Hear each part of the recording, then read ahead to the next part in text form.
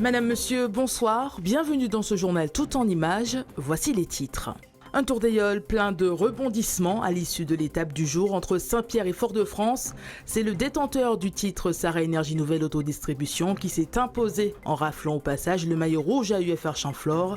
Le suspense restera entier jusqu'à la fin de l'ultime épreuve demain. Une compétition accessible à tous, c'était la volonté de la ville capitale qui a mis en place le dispositif Handiol. Près d'une centaine de personnes en situation de handicap ont ainsi pu vivre l'événement de près, le tout dans une ambiance festive. En fin de journal, nous parlerons culture avec l'ouverture d'un salon littéraire au François. Il regroupe jusqu'à demain une quarantaine d'auteurs martiniquais. L'événement, qui en est à sa première édition, a pour ambition de s'ancrer dans le calendrier culturel de l'île.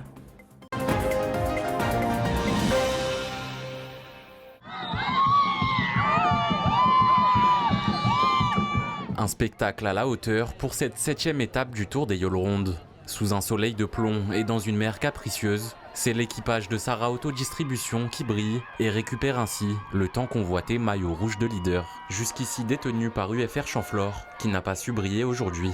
Juste derrière, Cottrell Leadermat confirme son excellente forme depuis le début de la compétition et s'accroche solidement à la 2e place du classement de l'étape. La surprise du jour nous vient du Vauclin. Prix West Point crée l'événement en s'emparant de la 3e marche du podium. Une étape pleine de rebondissements qui relance totalement la course à la victoire finale. On a à cœur de gagner ce tour, donc on fait ce qu'il faut. En tout cas, bravo à mes gars parce qu'on a respecté les consignes. On avait à cœur de reprendre ce maillot rouge de récupérer le maillot depuis hier, mais ça n'a pas été facile. Mais aujourd'hui, on a profité de la fête pour pouvoir le récupérer et en France, de le garder parce que le tour n'est pas encore terminé. C'est vrai qu'on n'a pas pu être très favorable, mais on a pris les bonnes options et qui fait qu'on a pu se dégager. Très bien, on est bien. Donc, ouais, c'est une compétition de malades, je pense. Je pense que ça sera l'un des meilleurs tours de la Martinique avec le suspense. Et je pense que contre les deux matchs, on va livrer bataille jusqu'au bout, on ne va pas lâcher. Donc, je pense que le vainqueur du tour, ça va se jouer sur la ligne d'arrivée au diamant. On va livrer bataille jusqu'au bout, donc c'est de continuer comme ça, on va faire plaisir au public.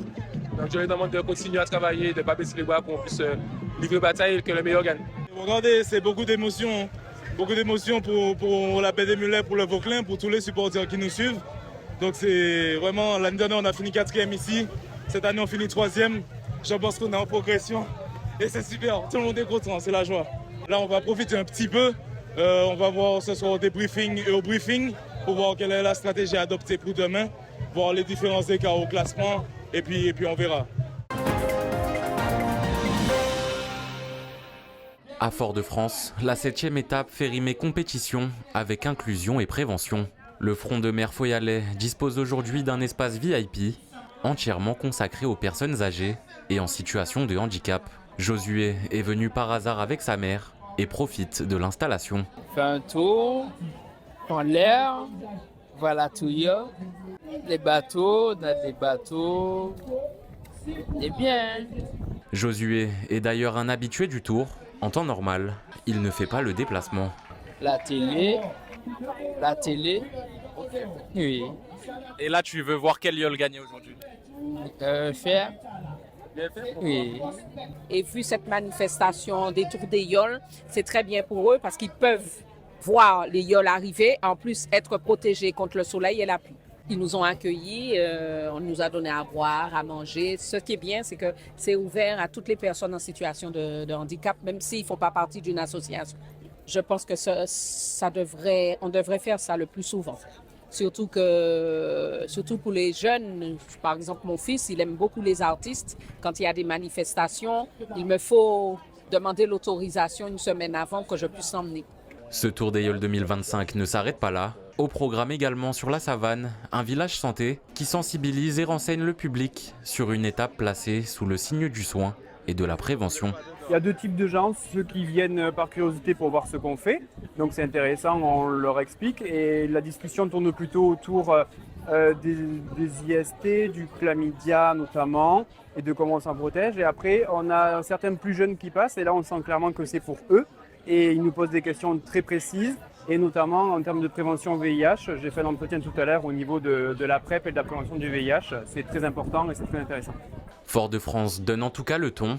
Sur l'aïeul de la prévention, il y a de la place pour tout le monde.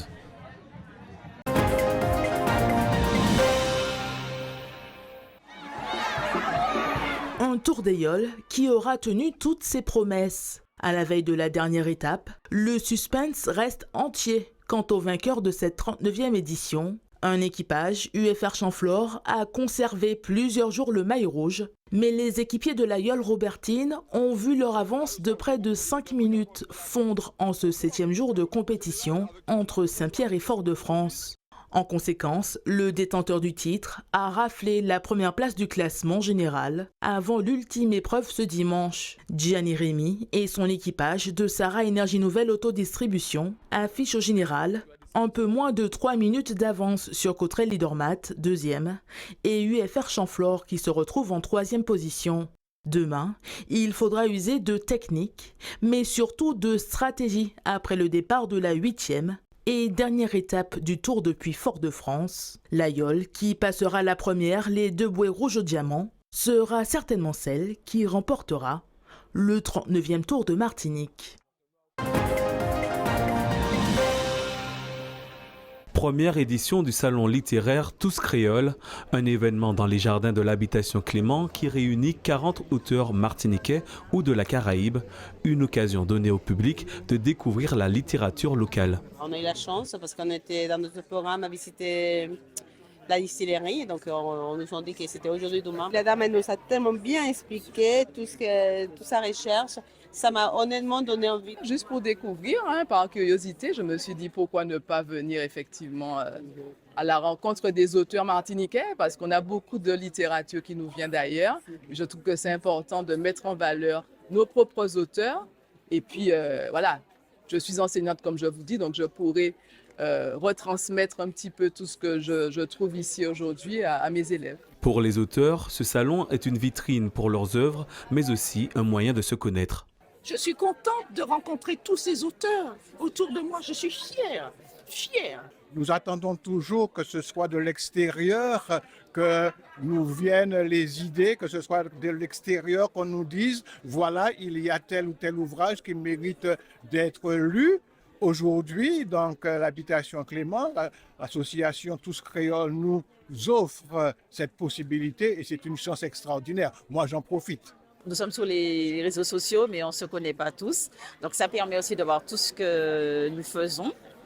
Et puis, oui, effectivement, de se rencontrer et de se connaître mieux. Ce matin, ma première dédicace a été faite pour une touriste de passage qui vit aux États-Unis. Donc, vraiment, c'est aussi l'occasion de porter la littérature de jeunesse de la Martinique en-delà de nos frontières. Donc, c'est vraiment une opportunité intéressante. À l'initiative de l'association Tous Créoles et de la Fondation Clément, ce salon a pour objectif de mettre en valeur la littérature martiniquaise et redonner le goût de lire au public. C'est important de faire rencontrer les auteurs, tous ne se connaissent pas entre eux et donc c'est un moyen aussi pour eux de se rencontrer, un moyen une source d'émulation en fait commune, de partager, une ambition partagée entre tous les auteurs.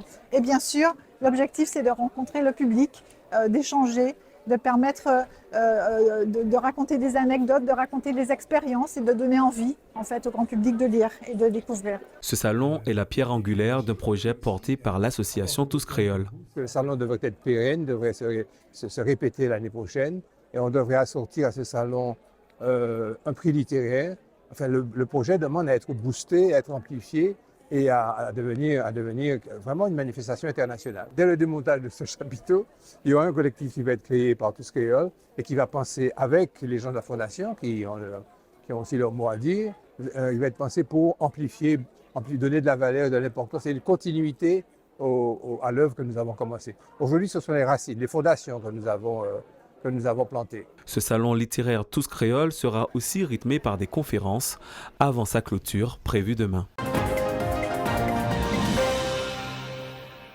Dans le cadre de la fête patronale de la ville du Lamentin, une initiation au ping-pong était proposée par le Sporting Club lamantinois. Durant la matinée, les participants pouvaient se perfectionner ou découvrir la discipline de manière ludique. Le prétexte de l'initiation, c'était de rassembler les gens du Lamentin et de la périphérie pour venir justement découvrir le tennis de table. Pourquoi pas se perfectionner aussi pour ceux qui ont déjà quelques notions. Mais l'idée, c'était vraiment de nous faire connaître, nous faire reconnaître encore une fois, pour que les gens puissent savoir où on est et puis préparer la saison qui approche à grands pas pour justement avoir des personnes qui pourraient venir renouveler un petit peu l'effectif du club. Nous avons voulu aujourd'hui tout d'abord mettre en lumière la richesse de notre ville et aussi de notre histoire aussi, donc à travers nos associations sportives et culturelles et puis aussi à travers nos services qui mettent en place une fête qui soit à la fois je dirais festive, populaire, culturelle, intergénérationnelle et puis ça permet aussi à toutes les associations de se promouvoir et de se faire voir aux yeux des Lamantinois et Lamantinoises et pas que et puis créer une petite dynamique sportive je dirais sympathique avec entre plusieurs générations. Girl, consider put it on top. Girl, don't stop, but just keep on your bum. Say she love you when I come. Yeah, have this up, but we gon' make her taste no lane. Put it on top. Girl, don't stop, but just keep on your bum. Say she love you when I come. It's on her tongue.